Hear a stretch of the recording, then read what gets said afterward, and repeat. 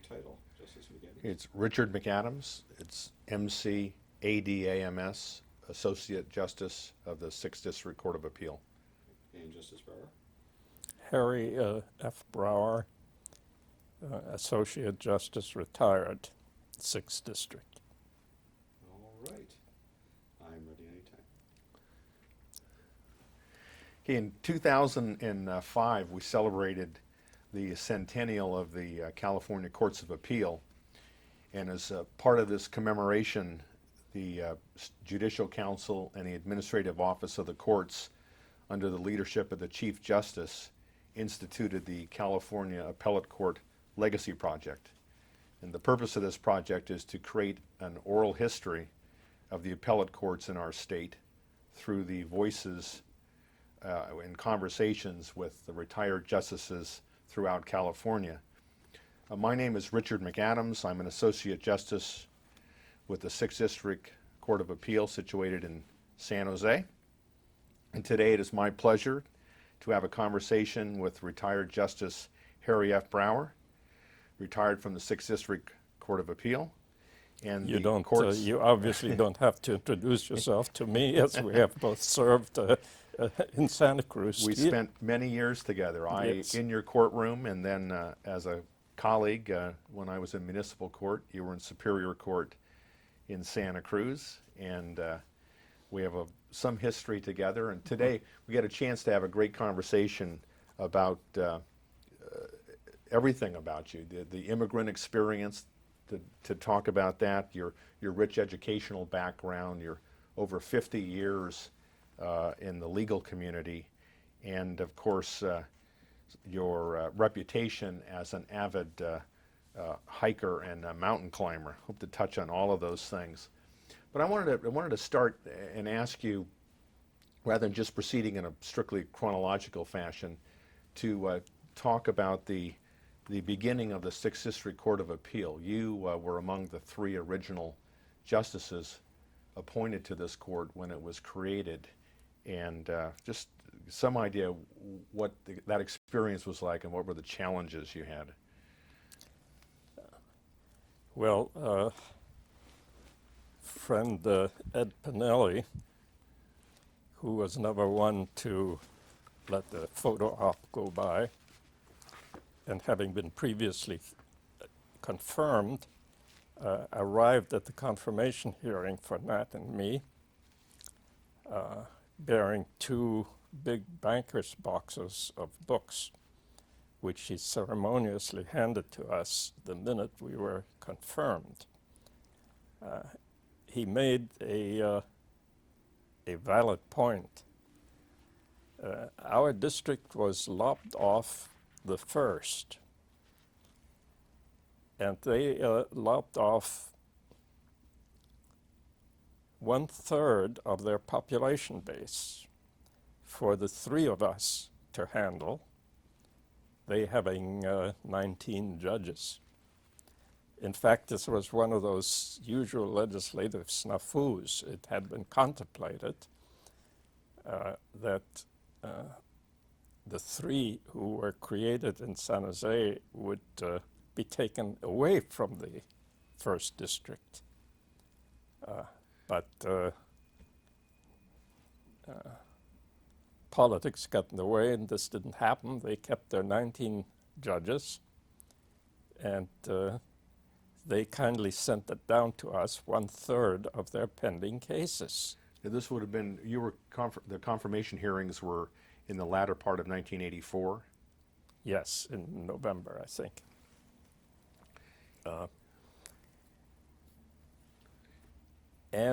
Well,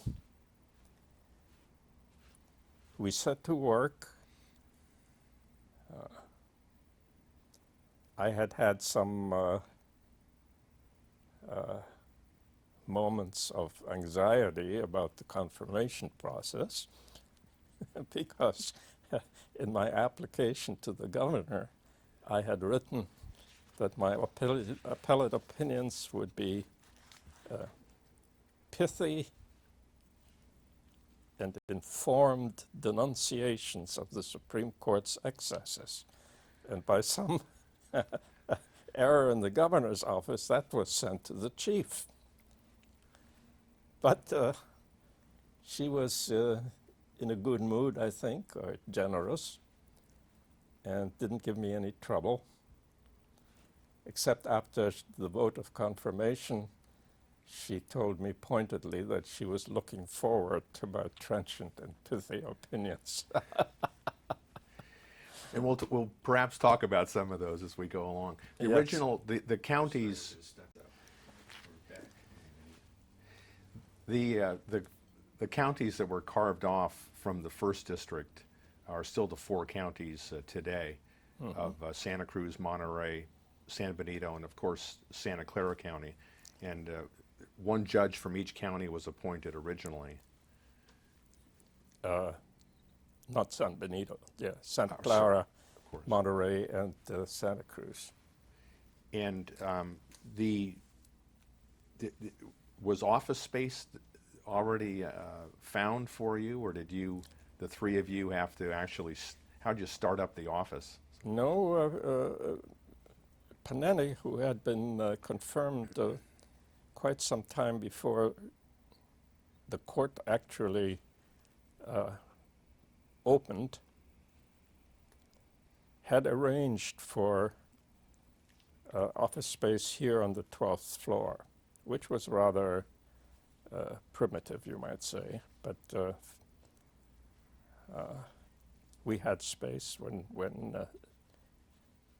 we started working. And that was we're still in the same office building in downtown San Jose Yes. today. Yes. And the staff, did you have to hire your own staff at the time? Yes.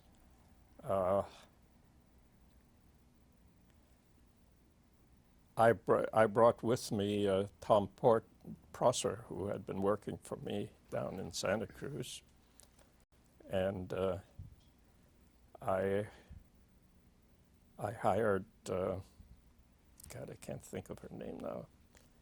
She didn't stay long.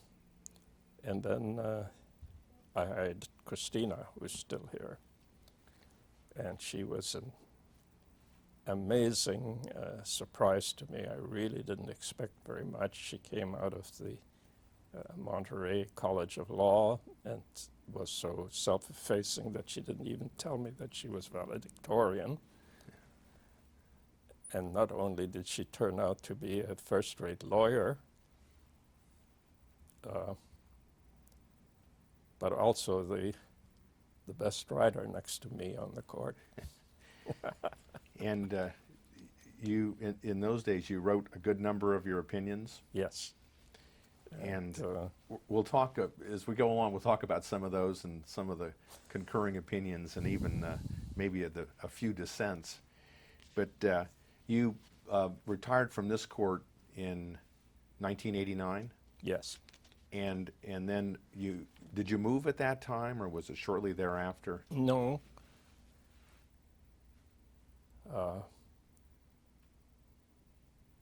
No, my wife moved in '96 because our only child lived in Arizona and we wanted to spend the remaining years near her. But I did not move till 2001.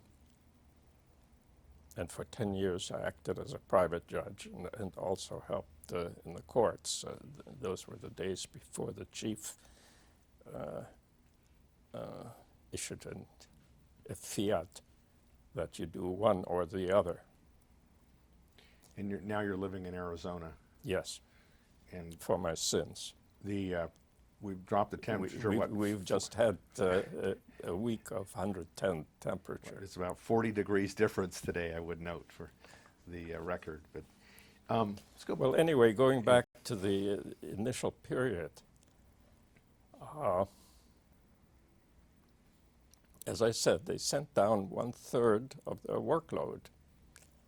But we set to work, and the three of us just, in spite of our differing backgrounds, we worked together like three cogs in a watch. And within a year, we had brought the backlog down to virtually nothing. And as you pointed out, we wrote quite a few of our own opinions, especially I did. So I think the main thing that Justice Pinelli did, as I pointed out at the 20th anniversary, he initiated the conference system, which unfortunately fell by the wayside. Can you Once he describe what left. that was? How the Yes, it's how very that worked? simple.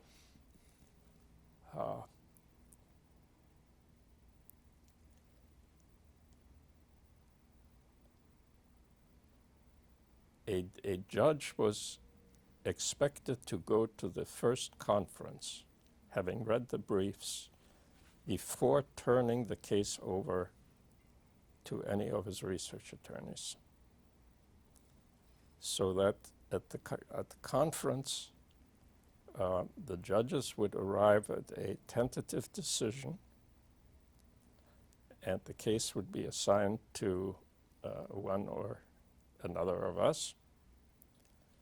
And at that time, the judge would tell his lawyer, unless you find something inconsistent, some precedent, inconsistent with the tentative decision we've arrived at, I want you to write up a draft consistent with our tentative decision.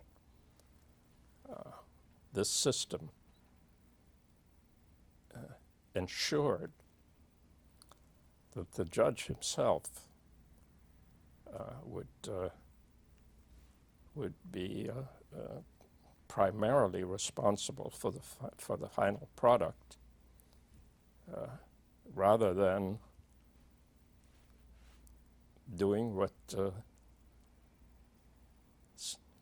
some irresponsible judges have done, is just simply sign whatever their lawyers put in front of their noses.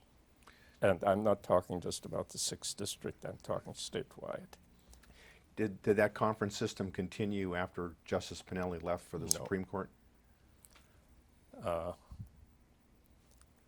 first meeting, the first conference in which Justice Capiccioli appeared, he had in his hand a memo written by his lawyer. And somehow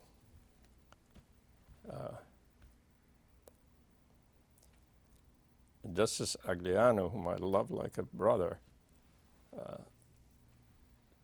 nevertheless was not ornery enough, or whatever you call it, to enforce it. And it just disappeared. And he went to a system where the cases would be assigned out in advance. The cases are assigned out, and the first time the other two judges see the case is when they get a draft opinion.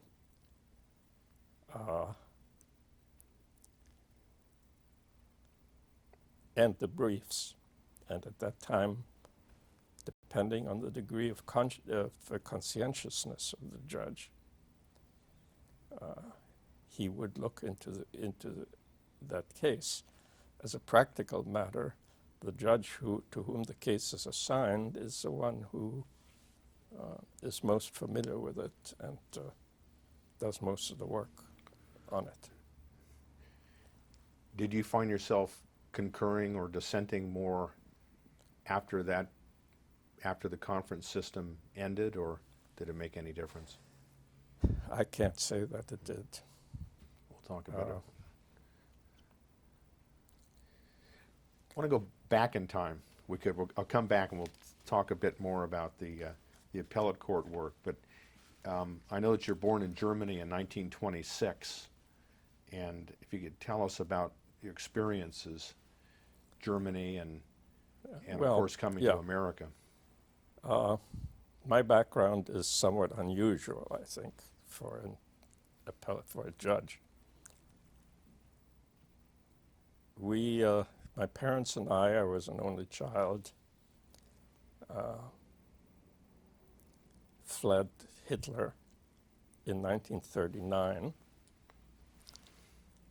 and we arrived in the Philippines on my 13th birthday. Why the Philippines? Because the Philippines gave us a visa to come in. Simple as that. Directly at from that- Germany to the Philippines, or a Yes, circuitous route? yes, directly on a ship by way of the Suez Canal and Singapore, etc. I didn't speak a word of English, but I had French and Latin in Germany, and I picked up English like a sponge. You know, within a month, I participated fully in 7th grade, and at the end of the first year, I topped my class in English. I went to Catholic school, and In the Philippines? yes, So, and I was never more secure in grammar than I was at the end of the 7th grade. I've always been secure in grammar, but and this the is through the final turbulence exam of World War II. This is occurring. yes, this was the 7th grade. This was in 39. As a final test in 7th grade, we were required to diagram a sentence from a speech by Hoover, which was positively Germanic. It was a paragraph long. And if you could diagram that sentence, there wasn't anything about grammar you didn't know. And anyway, it turned out to be going from the frying pan into the fire, because in 1941, December of 41 or January 42, the Japanese conquered Manila, and then I spent the entire war under the Japanese military dictatorship. The schools were open for part of that time and not towards the end, at which time a few friends and I were tutored by one was a German refugee physicist, and some of our former lay teachers. You're living with your parents in the Philippines? Oh yes, I was still a child. I was a teenager. Were they able to find work there? Or? Well, when I was, when we first arrived, and we found out that La Salle, which was run by the Christian Brothers, was about the best school there. So my mother took me there, and we couldn't even pay the $6 a month tuition. But Brother Xavier, the president, let me in anyway, and it didn't take my father more than 2 months before I could started paying the $6. My people have always been in the liquor business. I'm the first person of my family to go to college and to graduate school, just as my wife, who is the first person from her family to go to college and graduate school. So the name Brauer is truly it's brewer. significant. It means brewer, right? And but actually, my family was in the business of making liqueurs, and we opened a little restaurant in Manila. And after the Americans, we just, during the war, my father eked out a living by doing what everybody else was doing, namely what they called buy and sell.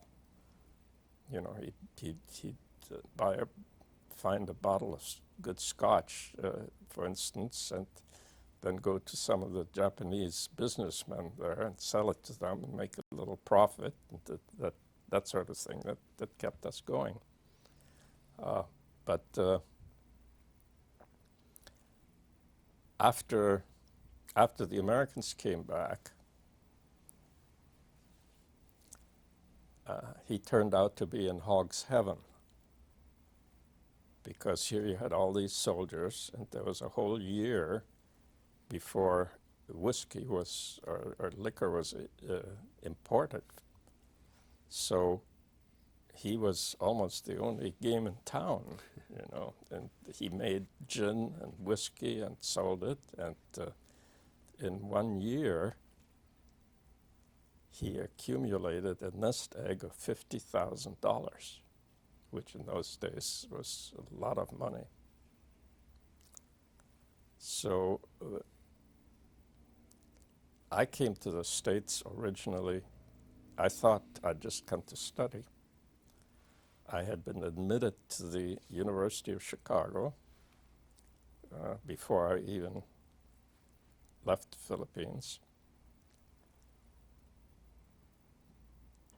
And curiously, it was easier for me to get an immigration visa than a student's visa, because the German quota was empty, right after the war. They didn't let anybody out of Germany.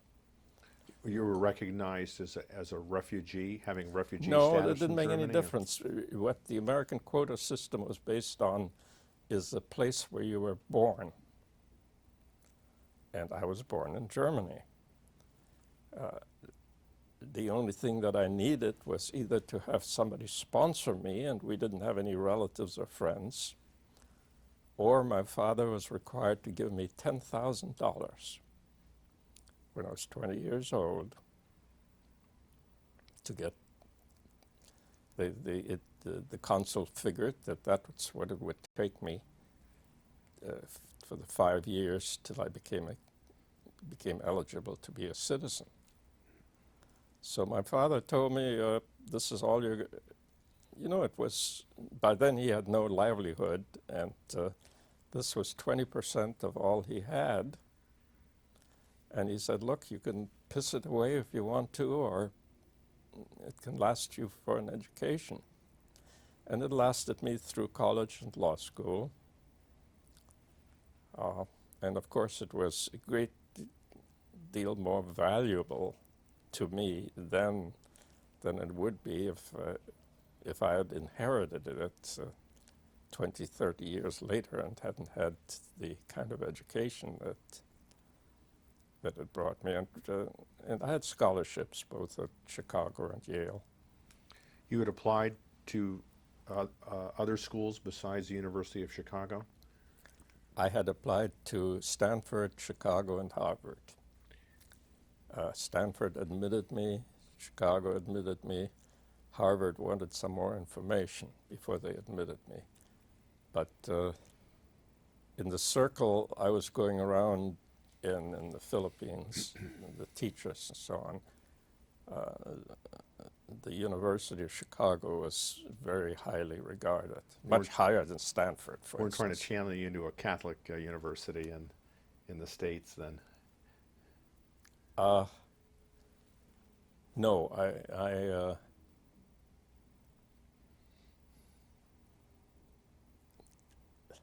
I mean, the brothers gave me an excellent education, but they didn't convince me on religion. And your interest at that time, were you heading for law at that point, or? No. I had my first inclination was journalism, writing. But I soon realized that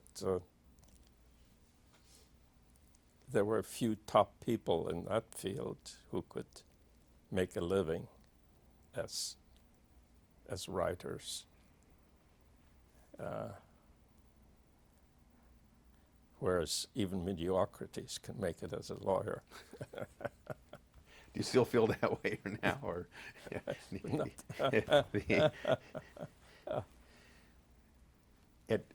It's and then you You know, when I was elevated to the Superior Court, I had the fond hope that I would have better lawyers, and I was disappointed.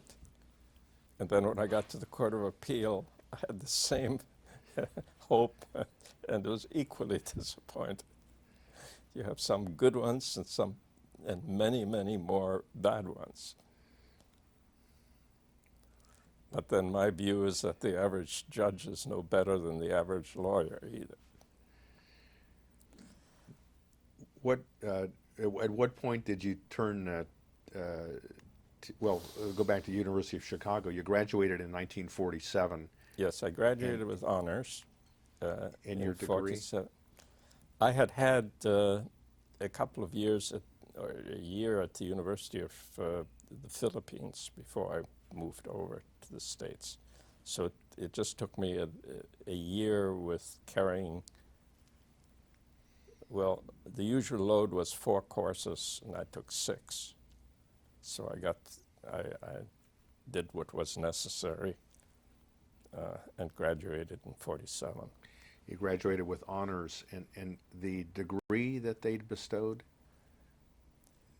It was a PhD, which is like an AB.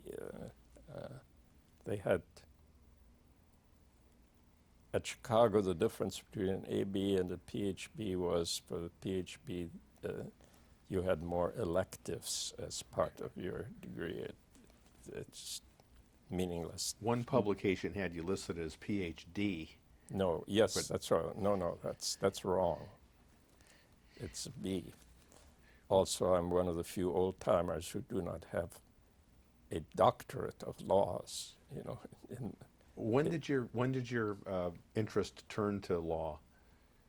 When did you decide to, and when did you decide to apply to law Well, it school? obviously must have been sometime during that year at Chicago. I did not, I cannot recall just when. Was there a specific major you had at Chicago? No, Chicago did not believe in majors. They believed in turning out well-rounded people, and everybody had to take the surveys in the biological sciences, the physical sciences, the humanities, and the social sciences. Hutchins did not believe in majors. Well, even though you didn't turn to journalism, were there some favorite courses that you look back upon now with fondness? In college, it was always the social sciences, which were, you know, composed of partly history and social anthropology and sociology, and you read all sorts of books. You think that study helped you? Yes. I know we've had this discussion before about that foundation.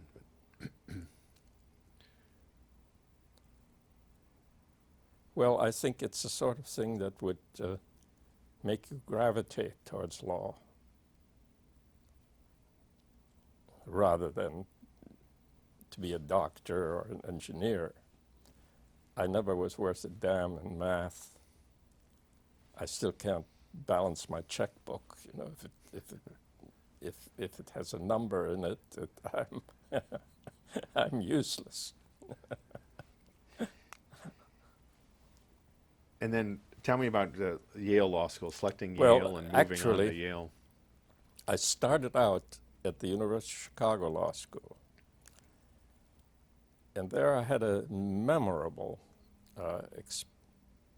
experience in being exposed to Edward H. Levy,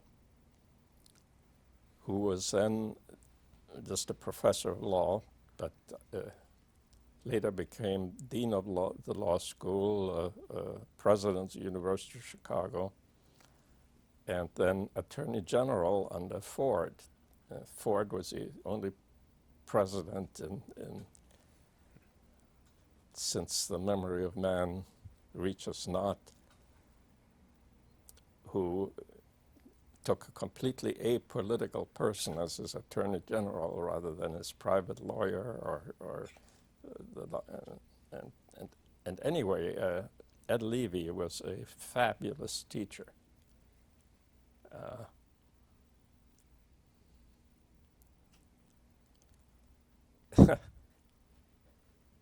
Why did I transfer to Yale? At the end of the first year, I was invited to compete on the law review. And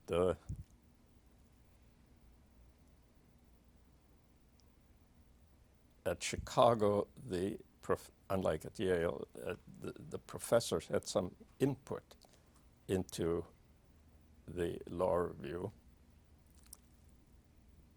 And I was handed a quip from an advance sheet, which a Professor Gregory, who was a labor law professor, had written, said this would make an excellent case note. So it was assigned to me, and I read around in the field a bit. I hadn't had labor law yet, didn't know beans about it. But it became clear to me that this case was nothing new. So I went to the editor-in-chief and I said, I don't think this is a subject for a note. And he said, well, if Gregory thinks it's a note, when he comes back at the end of the summer, he'll tell you why he thinks it's a note. In the meantime, why did you just read around in the field? So I spent the whole bloody summer just in a disorganized manner reading in labor law. And then when Gregory came back, I went to see him and I pointed out to him why I thought it wasn't a note. And he says, well, if you don't think it's a note, it's not a note. So by then I was a quarter behind all my fellow competitors. And I was so mad that I applied to Yale and they took me. So that's how I transferred to Yale. And at the end of my first year there, or whatever it was, I was also invited to compete in the law journal, and ultimately became an editor of the law journal. You had 2 years as a part of the law journal. Well, you spend a year competing, and at the end of that year, those were the days, when being on the law journal really meant something, because only the top quarter of the class is invited to compete. This, I think, is no longer the case now. They do things differently. I don't quite know how they do it, but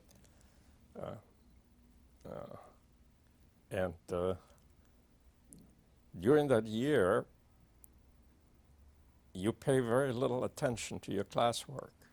You spend all your time on the law journal, but historically it was the experience, certainly at Yale,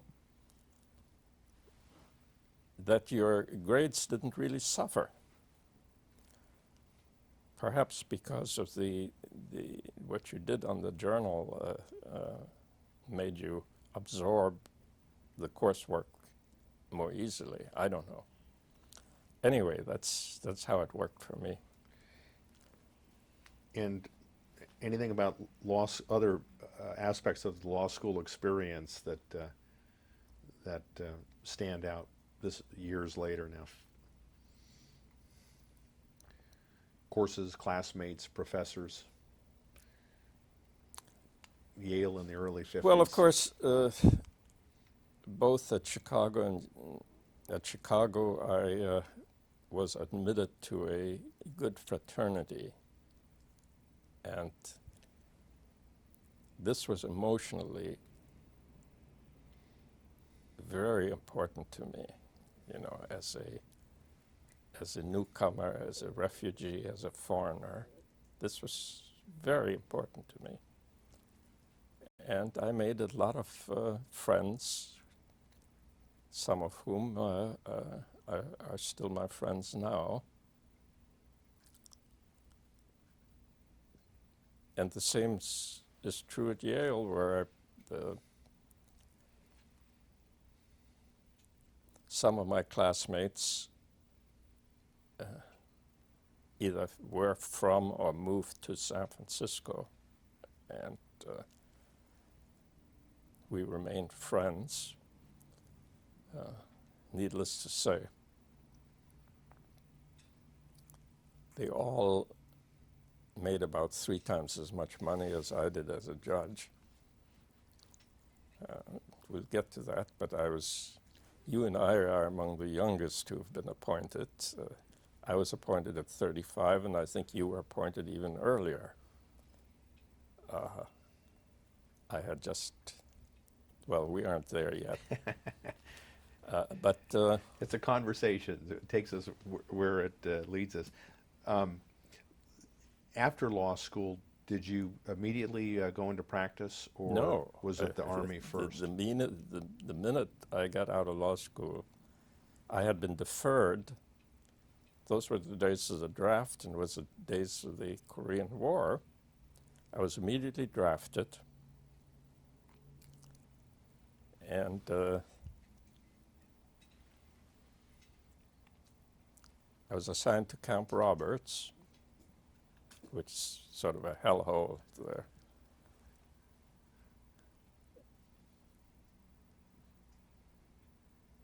And I had to go through the full infantry basic training, because as a graduate lawyer, I was not eligible for any school.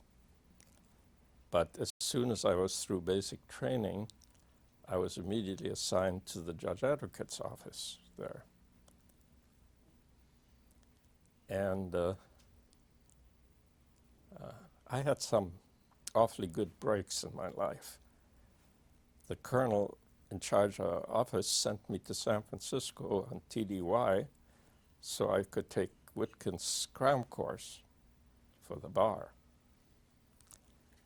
When I passed the bar, I turned down a commission. I didn't want to apply for a commission because it simply would have extended my service by about 18 months. And all I wanted is to get it over with and start my life. But it's interesting. I was sent one of my friends in basic training, who was the ultimate goof-off, ended up being charged with malingering, felony malingering, and he wanted me to represent him. Of course, I had never represented anybody at all, but he insisted. So I was assigned to TDY in San Francisco, to Letterman Army Hospital, where TDY is temporary duty, I think. Okay. Temporary duty, TD, I don't know what the Y stands for. You were still in the Army. Oh yeah, I still was a in the corporal. And I went into the judge advocate's office at Letterman. Letterman was a separate command at the Presidio. And here it is, a little law office which called for a captain and a couple of enlisted men, secretaries, But the man who was actually sitting in the chair was a full colonel who had been assigned to the case to the post because he needed medical attention. So I went in to see him, and I said, by then my parents were living in San Francisco. And I went to see him, and I said, Colonel, I'm a lawyer. I'm an enlisted man. Can you use me? And before I knew it, he had me transferred.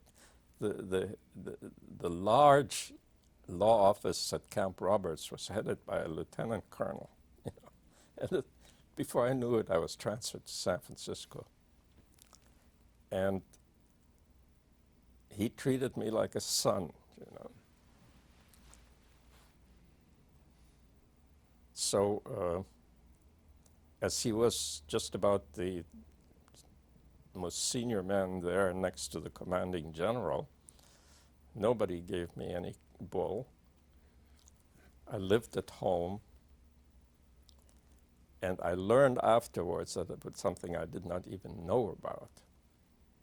He kept me off the Korean roster, because in those days the Army had a rule that if you hadn't been sent to Korea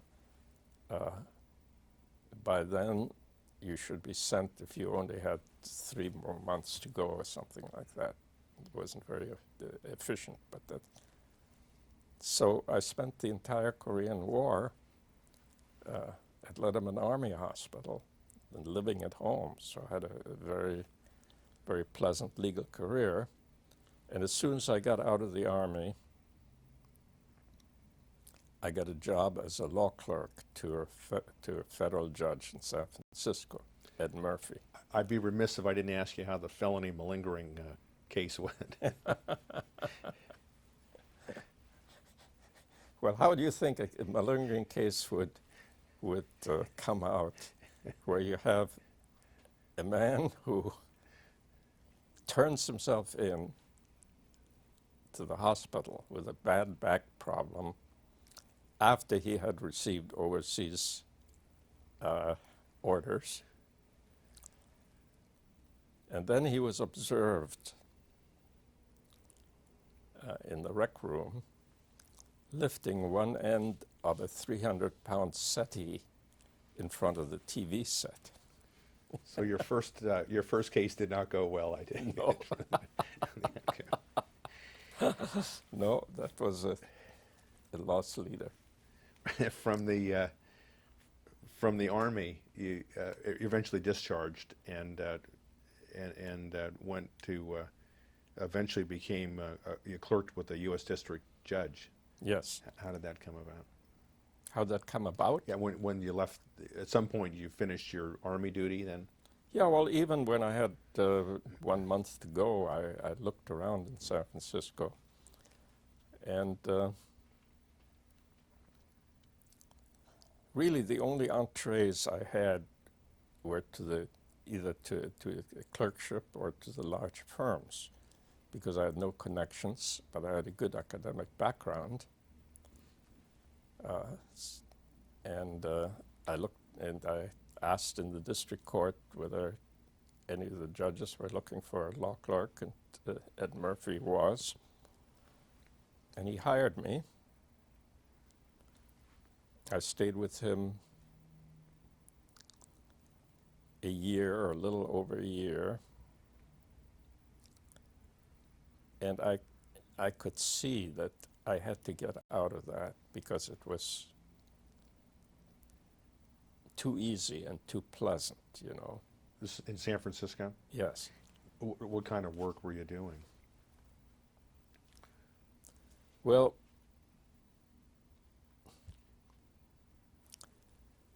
the mortuis nil nisi bonum and all that, old Ed Murphy was never sober, and he'd put a file on my desk when I hadn't even observed the trial, and he'd say, decide who's right and write it up. I was, in effect, the federal judge. And while in a way this was good experience, I either got out into the battlefield or I'd stay there forever, because there were some law clerks who were lifetime law clerks, and I didn't want that. So as I told you, my only entree was to the large firms, and my roommate worked for McCutcheon, and my best friend worked for Pillsbury Madison, the two largest firms, and they'd both tell me that the senior partners would pass them in the hall, and they wouldn't know whether they were visiting messengers or young lawyers working there. And I liked the San Francisco climate, but I just didn't want that large firm business. So I talked to my boss, and he says, well, to go back, that in effect left the Monterey Bay. If you wanted San Francisco weather and didn't want San Francisco, that left the Monterey Bay. So I mentioned that to Judge Murphy, and he said, well, there's a little town of Watsonville. And I was there once during the Depression, and it was the only place in California that didn't suffer from the Depression. And he said, I was there, and I saw all the rich Slavonians bidding against each other for the privilege of paying for a new altar for St. Patrick's Church. He said, I have a friend down there, Hubert Wyckoff. Why don't you apply to him? And I applied to him, and they hired me. Watsonville population at that time was 13,000, something like that. But that firm, had a reach far beyond the area, because the founders, Hubert Wyckoff, had been president of the state bar, and John Gardner was a statewide known lawyer, and the firm had quite a reputation. So by the time I became a partner, it had branches in Hollister and Monterey, and had joined with the Santa Cruz firm, which was headed by Steve Wyckoff. So there were 16 partners, and which was then more than any firm in San Jose had. I remember hearing that it was considered to be, even though based in Watsonville, it was considered to be the largest or one of the largest law firms between San Francisco and Los Angeles. Yeah, that's true. What kind of work did they have you doing at the beginning? I was doing, obviously nothing but civil work. And I was doing all their appellate work. And soon came one of the high points of my career. I consider that there were two. I argued a case before the California Supreme Court. And when the court rose, Chief Justice Gibson summoned me into chambers and congratulated me on my argument. And he did not do that routinely. And 6 years later, when a vacancy arose at the Watsonville Muni Court, when Judge Franich was elevated, Steve Wyckoff, who had clerked on the Supreme Court, reminded the chief of that incident. And when Pat Brown summoned me to Sacramento just to hand me my commission. Pat Brown was the last governor who made a practice of that, and I think it was a wonderful idea. He told me that I had only one man to thank for my appointment, and that was the Chief Justice. And he said, be sure to send a thank you note. So anyway, that was, I did, my law review experience, of course, stood me in good stead in my brief writing.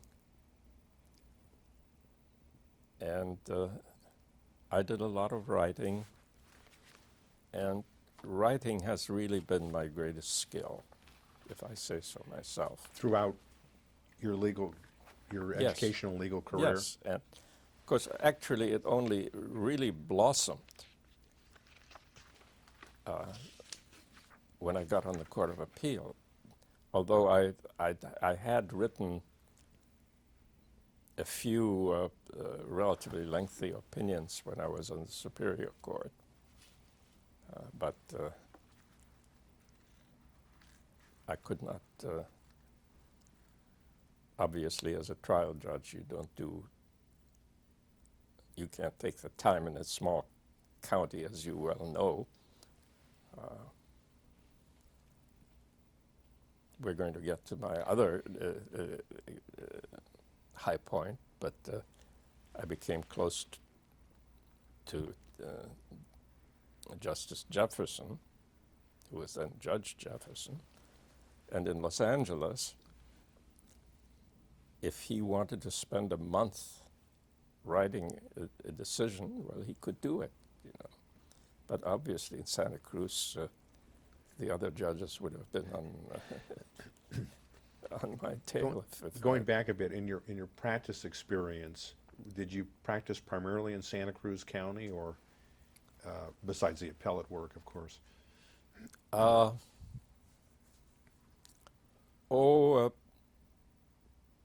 I spelled the Monterey partner once for a month when he went for a vacation, and if somebody had a case in Hollister or in Monterey that they thought would be up my alley, they'd ask me to handle it. But most of it was Santa Cruz. Were you doing much? And of course, I had the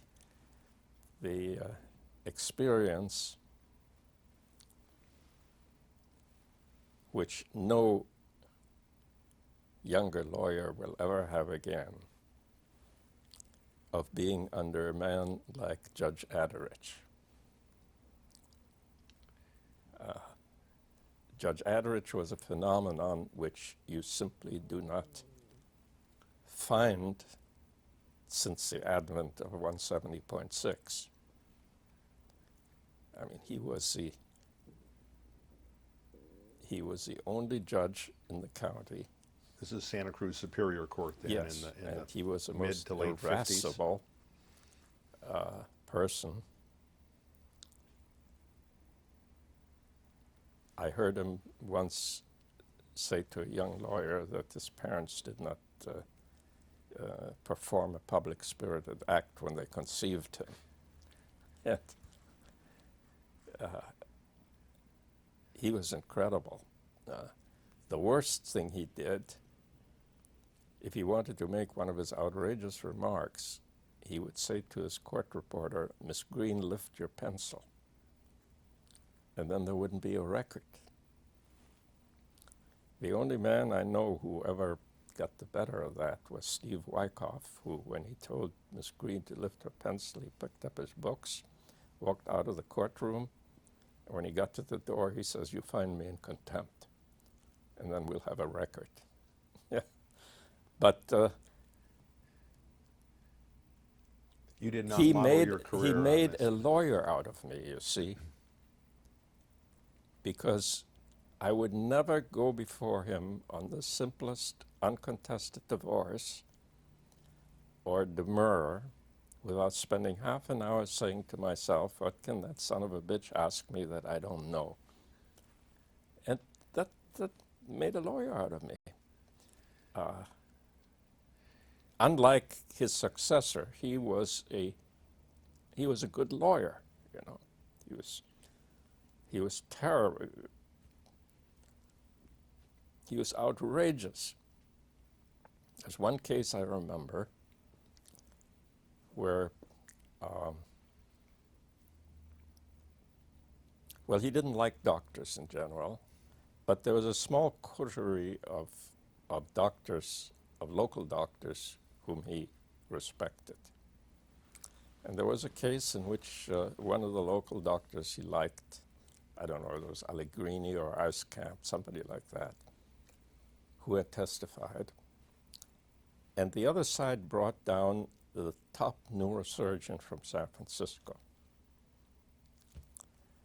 And the man got on the stand, he answered a few questions, and then Leo leaned down benignly and said, "Doctor, you don't know what you're talking about, do you?" In front of a jury. Anyway, so that was an important incident in my development. You honed trial skills to some extent. Well, not so much the trial skills as the preparation skills. You just don't enter a courtroom unprepared. And,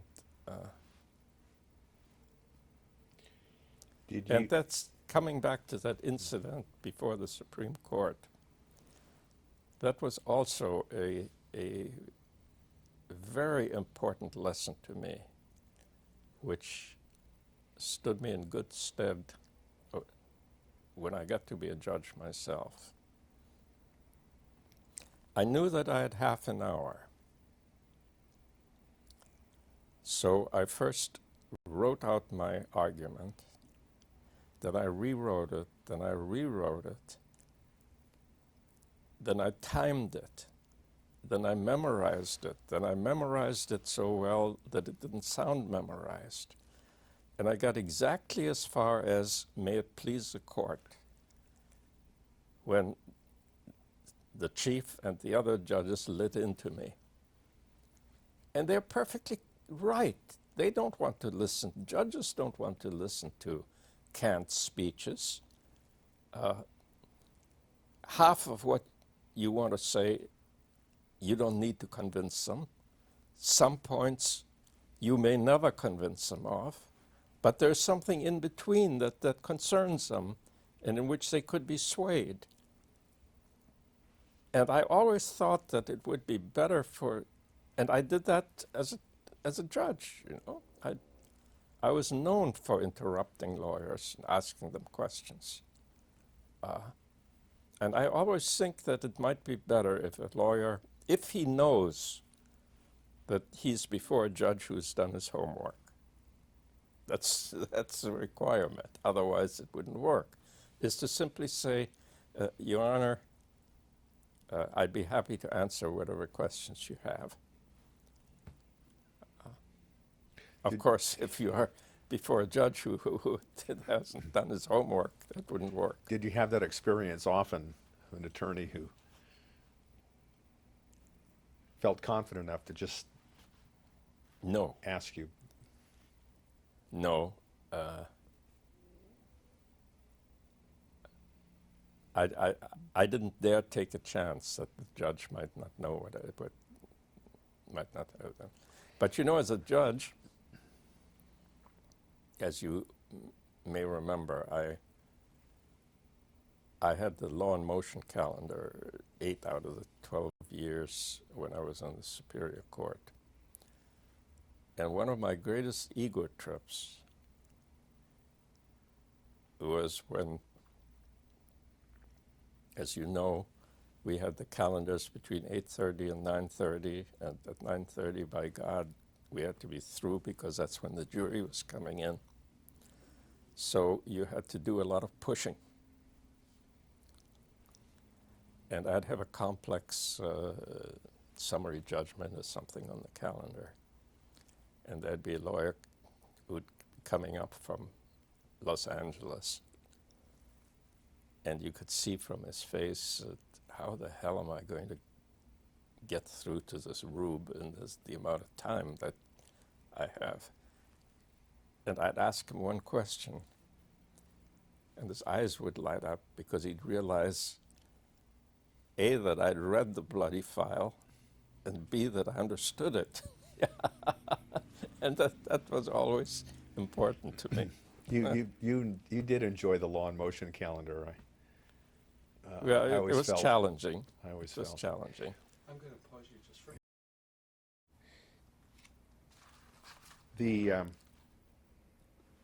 We're talking about how much you enjoyed the law and motion department, among other aspects of all the years that you were on the bench. But Well, I think that the law and motion calendar, especially in a metropolitan court like Santa Clara County, is the most exacting judicial task on any level. It's tougher than anything else. The law and motion and discovery calendars, as you know, in Santa Clara, you may know, in Santa Clara County, they do it once a week. Discovery, once a week. And the judge has about 3 days before that to prepare for it, because he has to plow through the thick files. And law and motion is usually twice a week, Tuesdays and Thursdays. They have some really excellent judges in Santa Clara County, many of them relatively recent appointees. And in Santa Clara County, unlike another county I could mention, not Santa Cruz, they put you where you belong,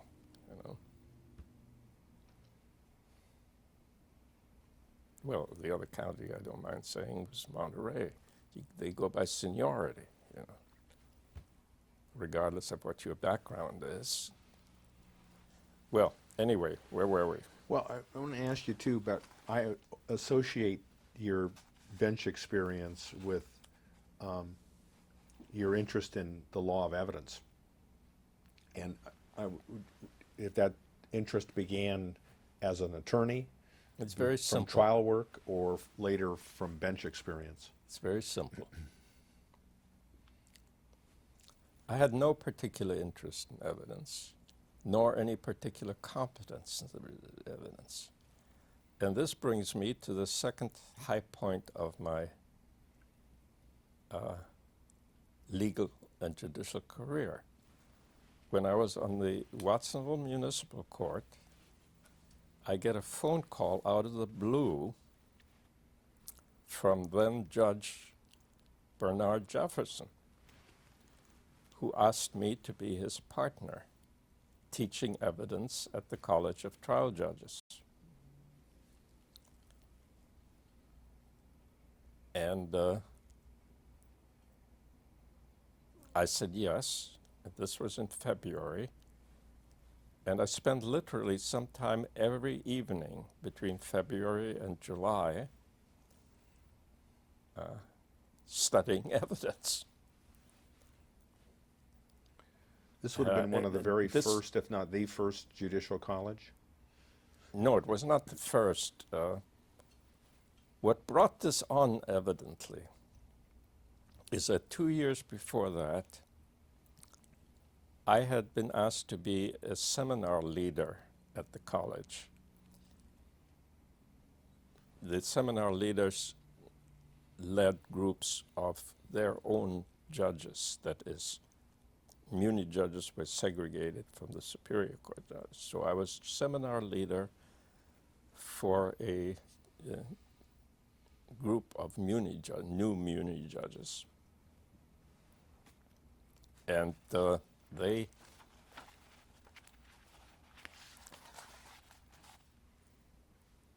function of these seminars was to discuss what the lectures had been about earlier that day. And evidently there was a technical evidence question that I didn't really know the answer to. So I went to Bernie's room, and Bernie and Betty were there, and I laid the problem out. And he evidently liked the way my mind worked. So that's what started me being his partner at the college for a number of years.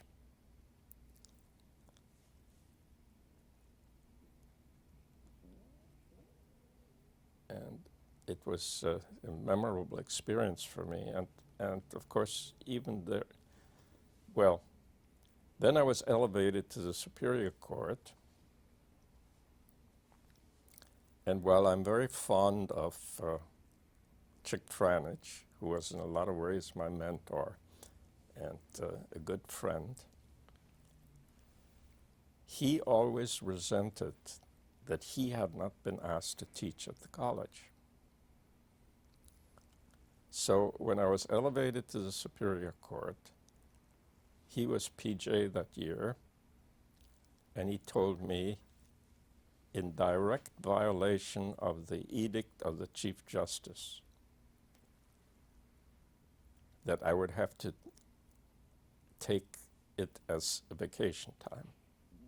You know, the Chief Justice, who was then Don Wright, had issued an absolute order that neither attendance as a student or as a teacher was to cut against your vacation time. But he told me that I had to, so I told Bernie this would be the last year that I would teach.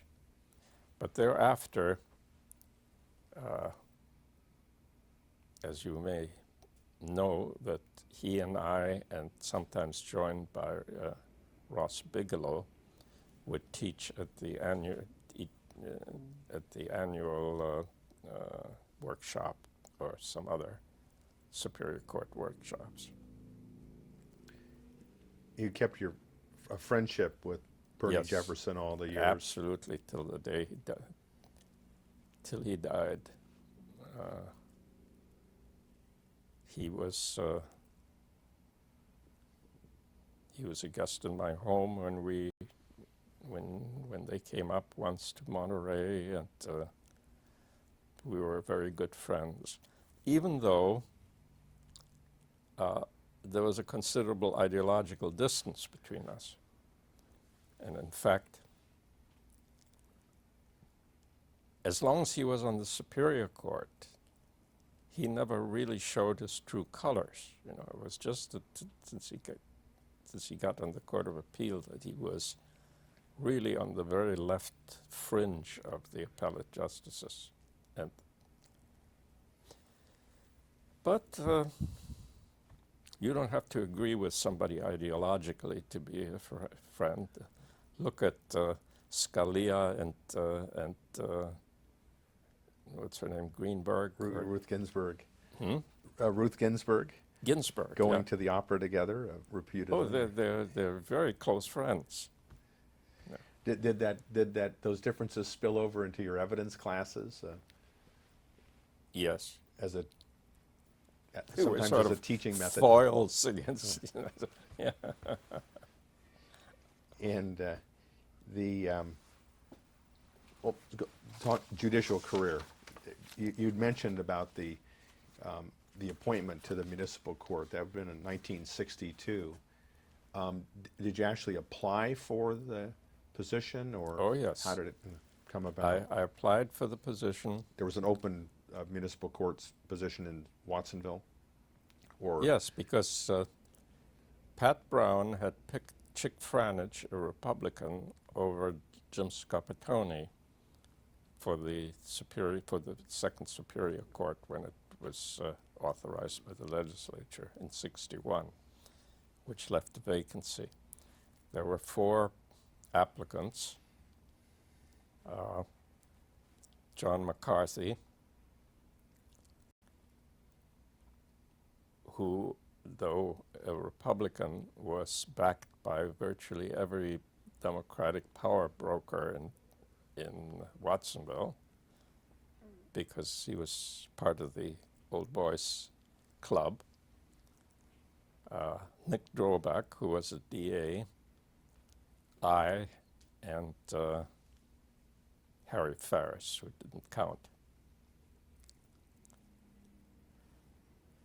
John McCarthy had only one thing going against him, and that was he was a classmate of Pat Brown's, and Pat Brown knew him intimately. He's a lovely guy, you know.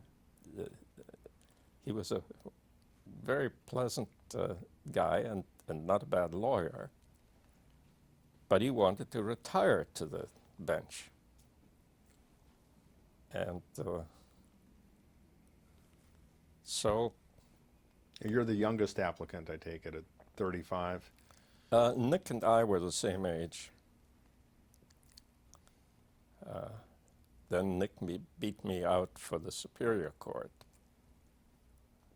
because there were 3 applicants, Don May and I, the 2 Muni judges, both of whom were Democrats, and Nick, who was Reagan's county chairman.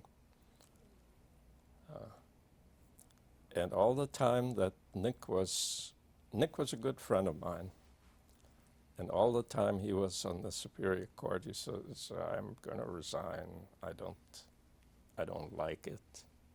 I'm not making enough money." And I never paid the slightest attention to him, because the idea of resigning from the Superior Court was so ridiculous to me, you know. So lo and behold, one day, it was about after he'd been on the bench 4 years or so, he phoned me and says, "Harry, I've just sent in my letter of resignation, and I'll do what I can to help you get the job." But what really got the person who was most helpful was Don Grunsky. And I, as a young lawyer, had been a Democratic firebrand, you know, in Watsonville. I was president of the Democratic Club. Georgia was president of the Democratic Women's Club. And in fact, we'd even tried to run a candidate against him, which was an exercise in futility. And when Nick got the job the first time, Don, who was a very prominent and competent trial lawyer, insurance defense lawyer, as well as, of course, a very powerful senator, stayed out of it. He says, "If I back one person, I make 2 enemies for every friend I make." And he also said publicly, "I can live with any judge." He was a state senator at the time. He was not just a state senator, he was chairman of the Judiciary Committee and one of the most powerful Republicans. But evidently, Nick did something which really got him upset. So that when Nick retired or resigned,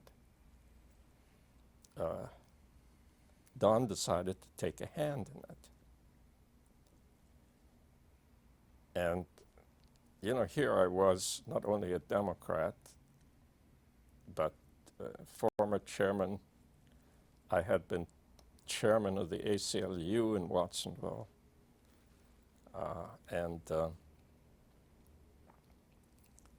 But Grunsky, with Frank Murphy in tow, who was the representative, walked into Ed Meese's office and said, "Brauer or nobody." Just as simple as that. He literally rammed me down Reagan's throat. And so that's how I got on the Superior Court. As a And The first case I had, contested case I had, was a custody fight in which Grunsky represented the father and Hermia Kaplan had her first case representing the wife. And her client wanted her to disqualify me. But she didn't. And she won the case, you know. And Grunsky didn't feel in the slightest upset. He knew that he wasn't not buying himself the judge, you know, when he backed me. People think of Santa Cruz today as we're doing this interview and would not think much of the fact that you were active in Democratic Party politics or the ACLU, but things were a bit different in the late 50s and 60s in Santa Cruz County, were they not?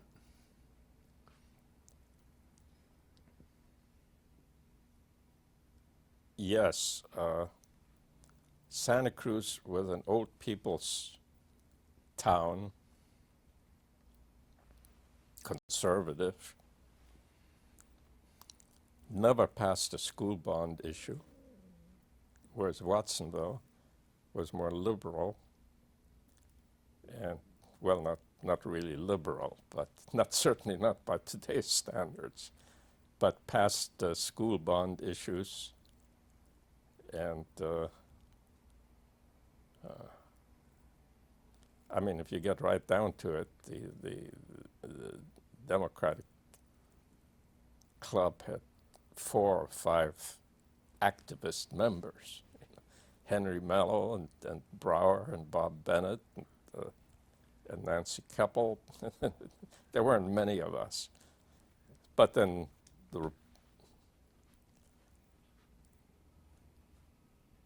but it certainly was different. The complexion of Santa Cruz has changed. Did your views change over the years? Yes, there's no question about it. Perhaps again getting a bit ahead of myself, but it comes up Not, at this point. That you really aren't. I had led a typical sheltered ideological life, you know. Liberal law schools, liberal. I was at home with the liberals, and of course I had had no criminal experience whatever as a lawyer. When I was appointed to the Munich court, I secreted myself in my bedroom for 2 weeks with Fricke, who was the only authority then. I didn't know what a preliminary hearing was, literally. If the advance sheet said people versus, I skipped it, you know, while I was practicing law. Knew nothing about it. But it didn't take me long to realize that the criminal defendants, by and large, were hoods, not Robin Hoods. And gradually, I became more conservative, no question about it. But I never, even when I became conservative, I did not change my registration because I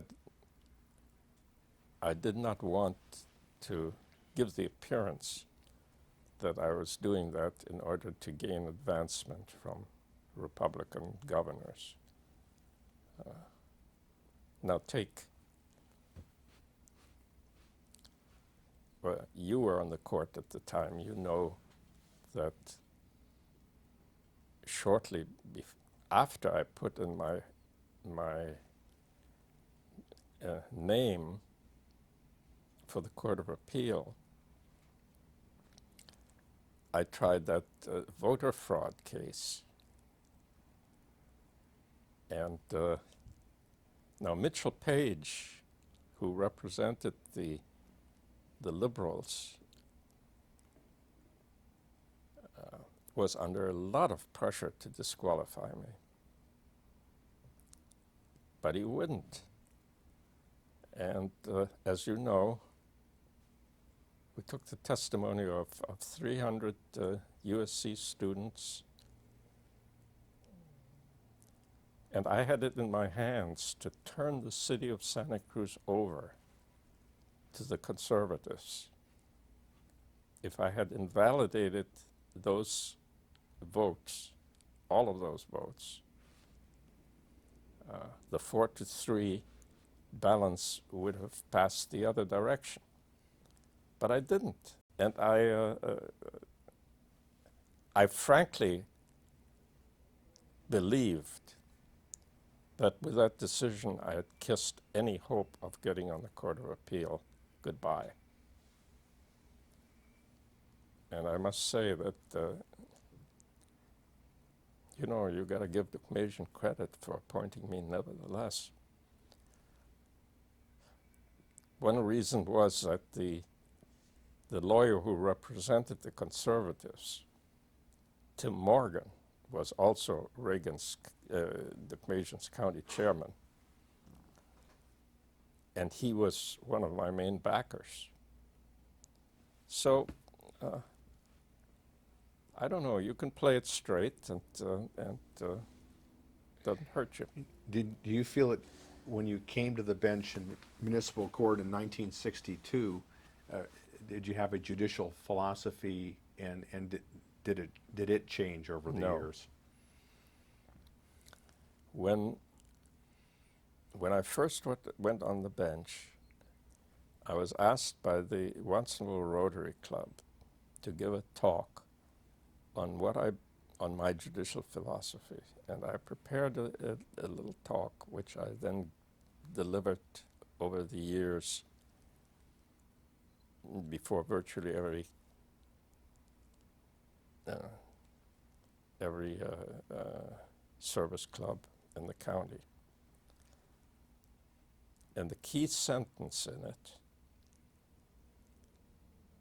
to which I really adhered and believe in today, was this. I said that above all, I believe in noblesse oblige, the principle that those of us to whom life has been good, the wealthy, the educated, and especially the people in a position of public trust, are held to a higher standard of conduct than the man who sleeps under the bridge. And therefore, when one of the favored ones violates the law, he should be treated more rather than less severely than the man who sleeps under the bridge. And I believe in that, and I believed in that then.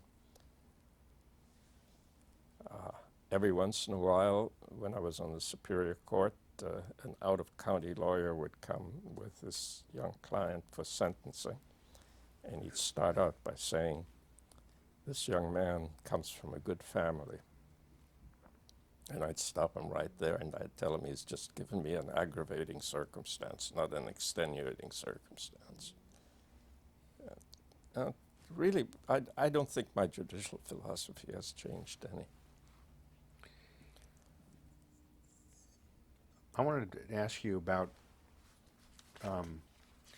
another friendship that you had over the years with Bernie Whitkin. Can you tell us about that? Well, that again, that arose from the fact that we both taught at the college, and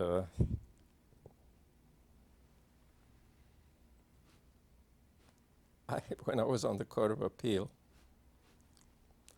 I'd occasionally send them copies of concurrences or something else that I had written some of them.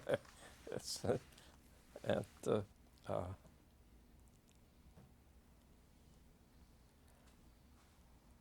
I don't know that it was friendship. I'd like to think he thought of me as one of the brighter among the brethren. That's about all I can say. You had other friendships or acquaintances among other judges, justices, or others in the legal community?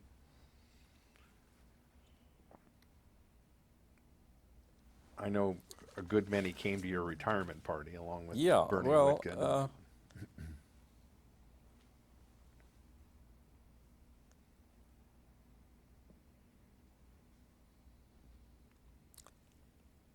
these were mostly just professional friends, you know.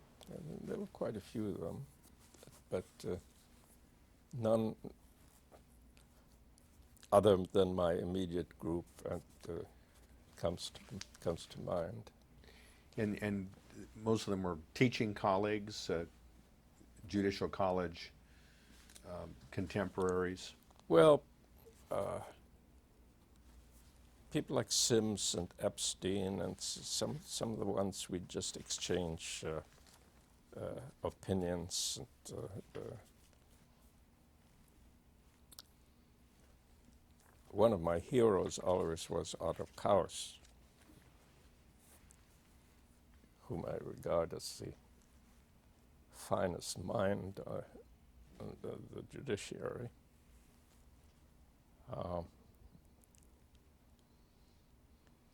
And that's Yeah, that was one of the justices I had in mind. Did you actually have a personal friendship with him, or is it professional? How would you characterize that?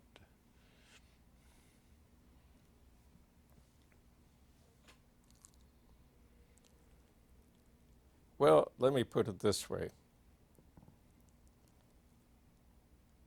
when I was still a Superior Court judge, I read one opinion, happened to be in the field of evidence, in which he had concurred. He was then on the Court of Appeal. And I wrote him a letter saying I just couldn't see how he could possibly concur in that opinion. And then I laid it out. And you can do that with some people. You know, you can't do that with a lot of them.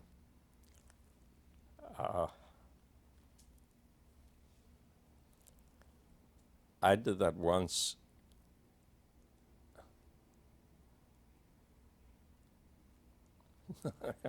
This was, in a way, sort of a stupid thing to do. Now it's prohibited. It wasn't then prohibited. The first district reversed me. I think it was Taylor. And I wrote him a letter saying that that opinion must have been written by one of the central staff people. And he wrote me an angry reply,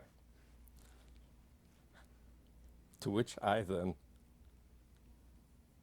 wrote him a reply, which said, there's a story told of the late Judge Lucas of our court, that once his bailiff came running up to him, yelling, "Hey, Judge, there's a lawyer standing on the courthouse steps calling you every name in the book. Do you want me to haul him in for contempt?" And Judge Lucas is reputed to have replied, "Now let him be. He's just taking a Nevada appeal." And then I added, I said, I was just taking a Nevada appeal. This is our Santa Cruz County Judge Lucas, by the way. Yes, we're yes, referring to. yes. Yeah. The father of the lawyer Lucas. You mentioned the voter case in Santa Cruz. Other memorable cases at the Superior Court level and that Oh, I had quite a few, but I can't think of them right now. okay, that challenged you in terms of judicial philosophy or No, not of not judicial philosophy. or the and same with the appellate court work. Other memorable cases where you Well, were the author. the appellate court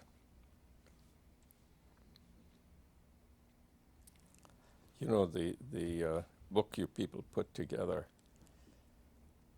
was really an eye-opener to me. The Santa Cruz history No, book, the one you have. or the book that prepared for this Yes, our interview. because it jogged my memory on a lot of it. And this is a hell of a thing for a guy to say, but I was an extraordinarily good writer. I may not have been the greatest scholar, but I really think that after the retirement of Friedman of Sacramento, I was probably the best legal writer on the Court of Appeal. All the concurrences and all the dissents, of course, are entirely written by me. And the concurrences especially, they're very, they're just well written. I was going to, cut it for a minute.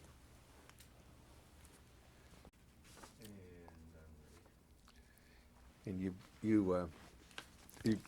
brought something along or got something from your papers Yes. to jog your memory.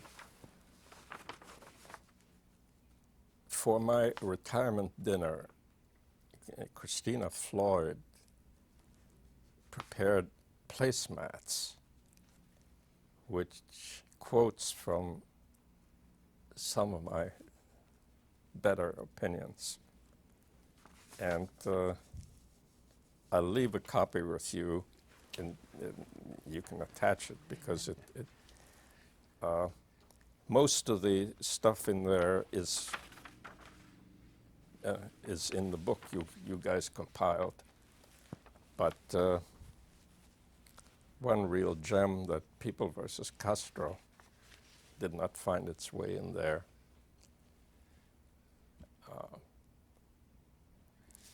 The thing that annoyed me, frankly, is that the Supreme Court, under Byrd and also Lucas, depublished a number of opinions because of what I wrote in the concurrence. And that is absolutely improper, because the concurrence carries no precedential value, and nowhere in the rules is there any indication that you should. It's just censorship. They didn't like some of the things I said, and in one which they depublished, I said something about appellate judges on their Olympian perch do not know the problems of a cop facing some punks at 4 a.m., so on. This was a case which we had to reverse, and I joined the reversal because this woman cop could not give any articulable grounds for suspicion that these two people were armed, but they were wearing shirts outside of their pants, and so she patted them down and of course found a shiv, but we had to reverse it, and I suggested that that decision of the Supreme Court should be changed. Anyway, and of course one of my hobby horses, which I rode whenever I could,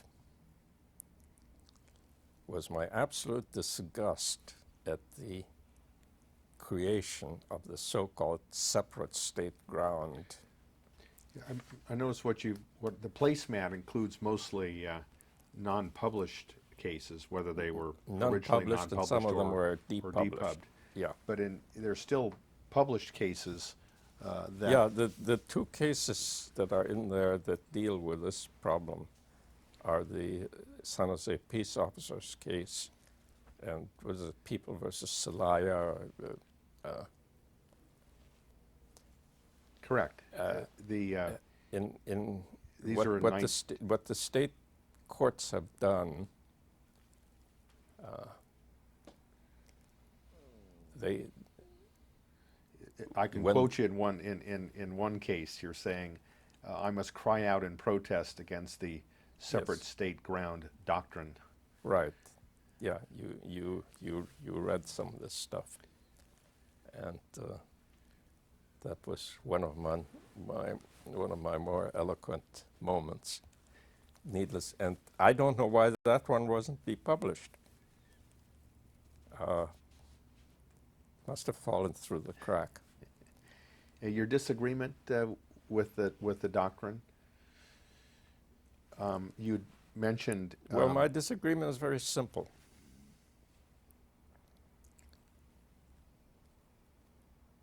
What the state courts have done, and I am under the impression that Stanley Mosk actually invented this first, but I could be wrong, is they take the identical language in the state constitution and the federal constitution,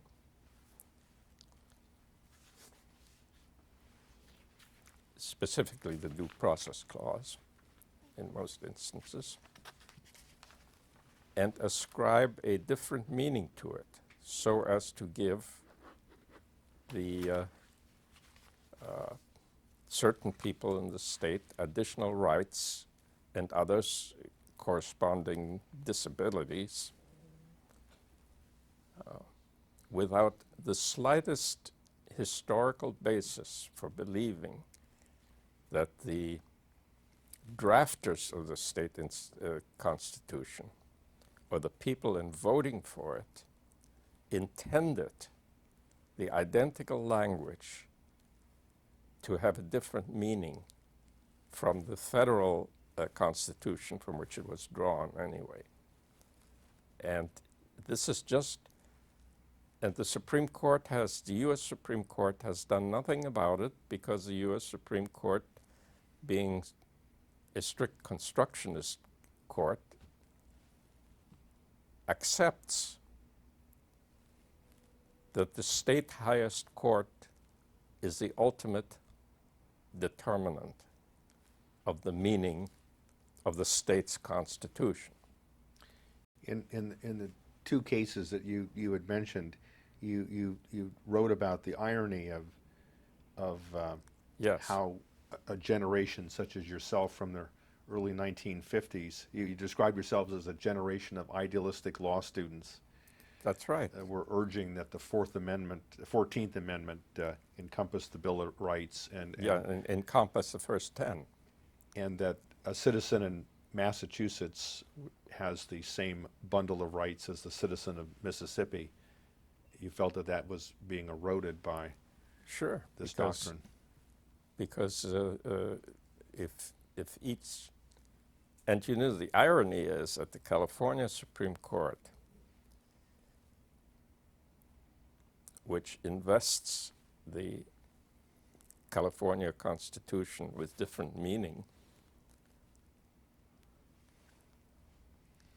in an area where the California Constitution has a provision which is not found in the U.S. Constitution, namely Article 6, Section 13, which says categorically that in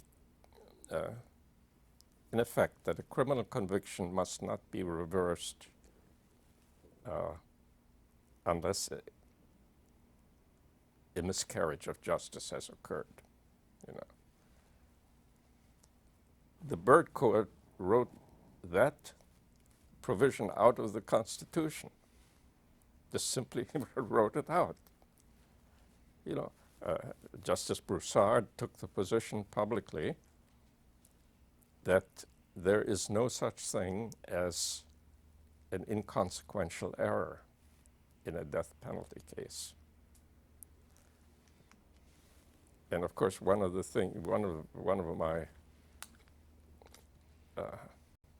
loftiest sarcasms there which is found in there and also in the book, is where the Supreme Court has held that if a court reporter rereads testimony, a portion of testimony, in the jury room rather than in open court, even the absence of any showing that the court reporter read anything that she shouldn't have read or that she used inflections which were prejudicial, that constitutes reversible error. You know, and I said the people reading that must think that they're in the country of Erewhon, which was Samuel Butler's book, in which the criminals are hospitalized and the sick are prosecuted. Another area that you wrote about in a case, a dependency case, where you were concerned, you wrote a concurring opinion. Oh, in Micah? Micah S. Yes. Is Well, that's one I'm 1988. very proud of.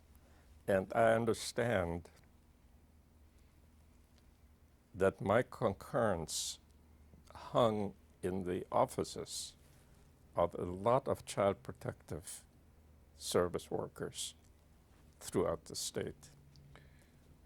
You they must expressed have concern. circulated it. You expressed concern about the protection of parental rights was overshadowing the child's and best terribly interest. harmful to the children. And part of that is a result of my experience, as I say in there, that I don't know of a single case where independent counsel was appointed for the child, and counsel recommended that the child be returned to the natural parents. You know, child protective services are badly overworked, so they can only take cognizance of the most extreme cases of abandonment or mistreatment. And you take a child away from the parents and you put them in a foster home or in prospective adoptive parents' home, and those people are reluctant to bond with the child because they know that the child may be taken away from them. And of course, when you're dealing with young children, as I say in there, as Goldstein says, to an adult, 3 months doesn't mean anything. To a young child, it's a lifetime. That was almost 20 years ago, and do you think there was a response to your I have no idea. your concerns? I have no idea. But let me tell you about one case that is not, well, that is in the book, Please. that I am still very unhappy about.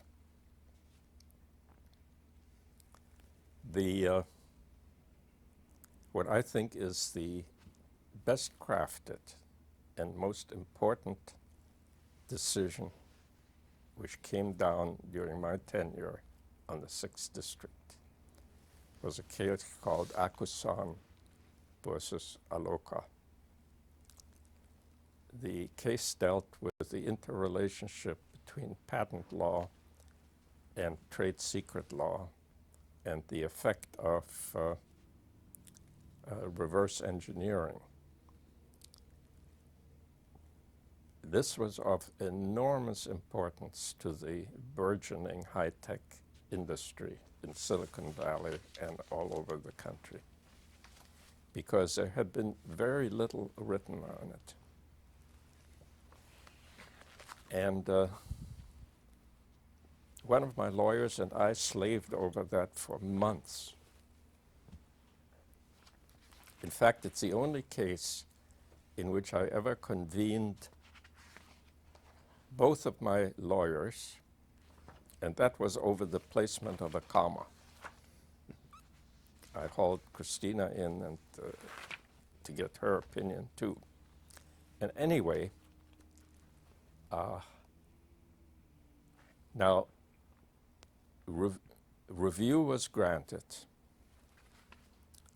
and the case was assigned to Justice Eagleson, who turned it over to a lawyer whose entire experience had been in the criminal field.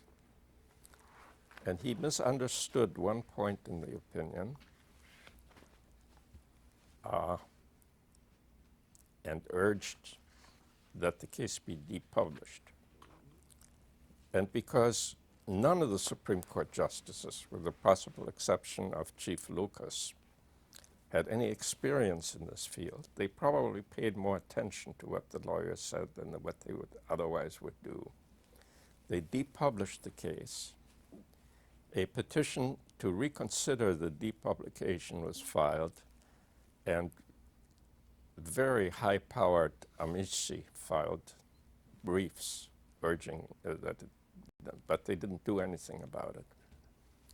Well, fortunately, the case didn't die, except in the California state system, because it was picked up and published in the U.S. Patent Reporter, and then it was cited in at least one Court of Appeals decision and a number of district court decisions and a great number of law reviews.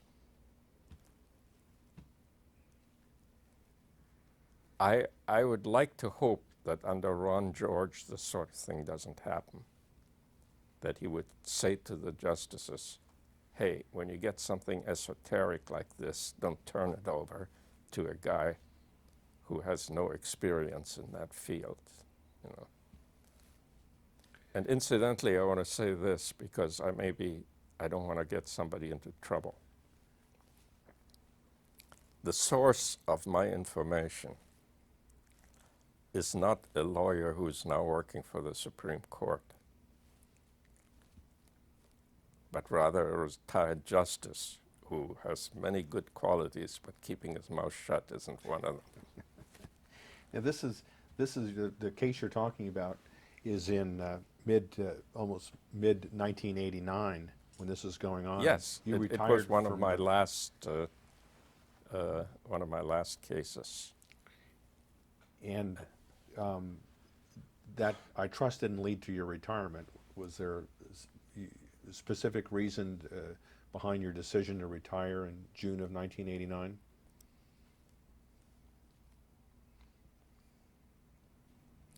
Well, you know, by then I had been on the bench 29 years. But there was another reason. I felt enormously grateful to Dukmasian to giving me the opportunity to serve on the Court of Appeal, in spite of my being a Democrat, you know, and having just funneled his side in a major case. And I wanted to give him the opportunity to name my successor, because I wouldn't know who his successor was going to be. So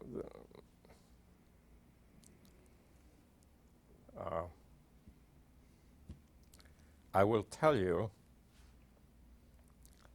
that I often regretted my decision to leave the bench, even though I, of course, was making a great deal more money as a private judge